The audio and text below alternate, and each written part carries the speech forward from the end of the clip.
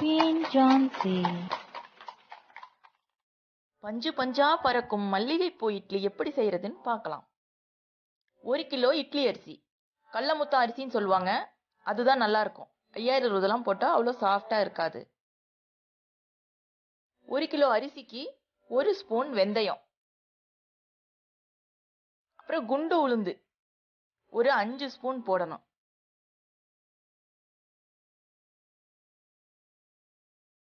எல்லாம் போட்டு கலந்து பாருங்க, ஊற வைக்கணும். தண்ணி ஊற்றி ஒரு 3 தடவை கழுவி, நல்லா சுத்தமா கழுவி தண்ணி முத்தாட்ட வந்தோடனே அதை ஊற வைக்கணும். ஒரு 4-5 மணி நேரம் ஊற வச்சு நெகு நெகுன்னு ஆட்டி எடுத்துக்கணும். ஓவர் நைட் அதை புளிக்க வைக்கணும். ஒரு நாள் பூரா புளிச்சதும் அடுத்த நாள் காலையில் எடுத்து இட்லி சுடலாம். மாவு ஒரு 4-5 கரண்டி மாவுக்கு ஒரு 1/2 ஸ்பூன் சோடா உப்பு, கொஞ்சம் தண்ணி ஊற்றி கரைச்சிக்கணும்.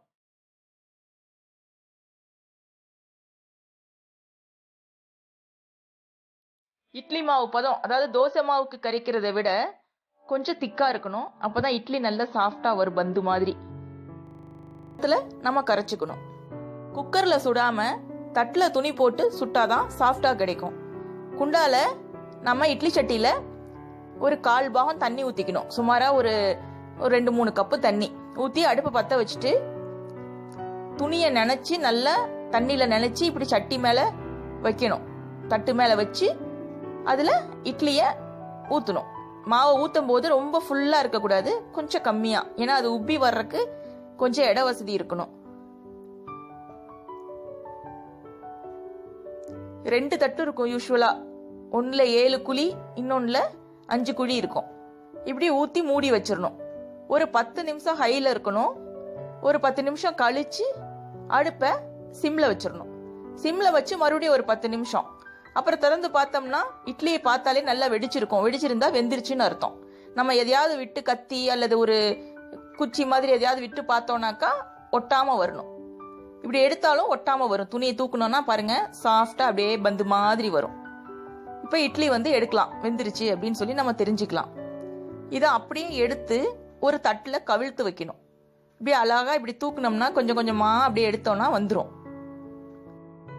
வரல அப்படின்னா நம்ம கொஞ்சம் தண்ணி எடுத்து அது மேல தெளிக்கலாம். தெளிச்சோன்னா ஒட்டாம வந்துடும்.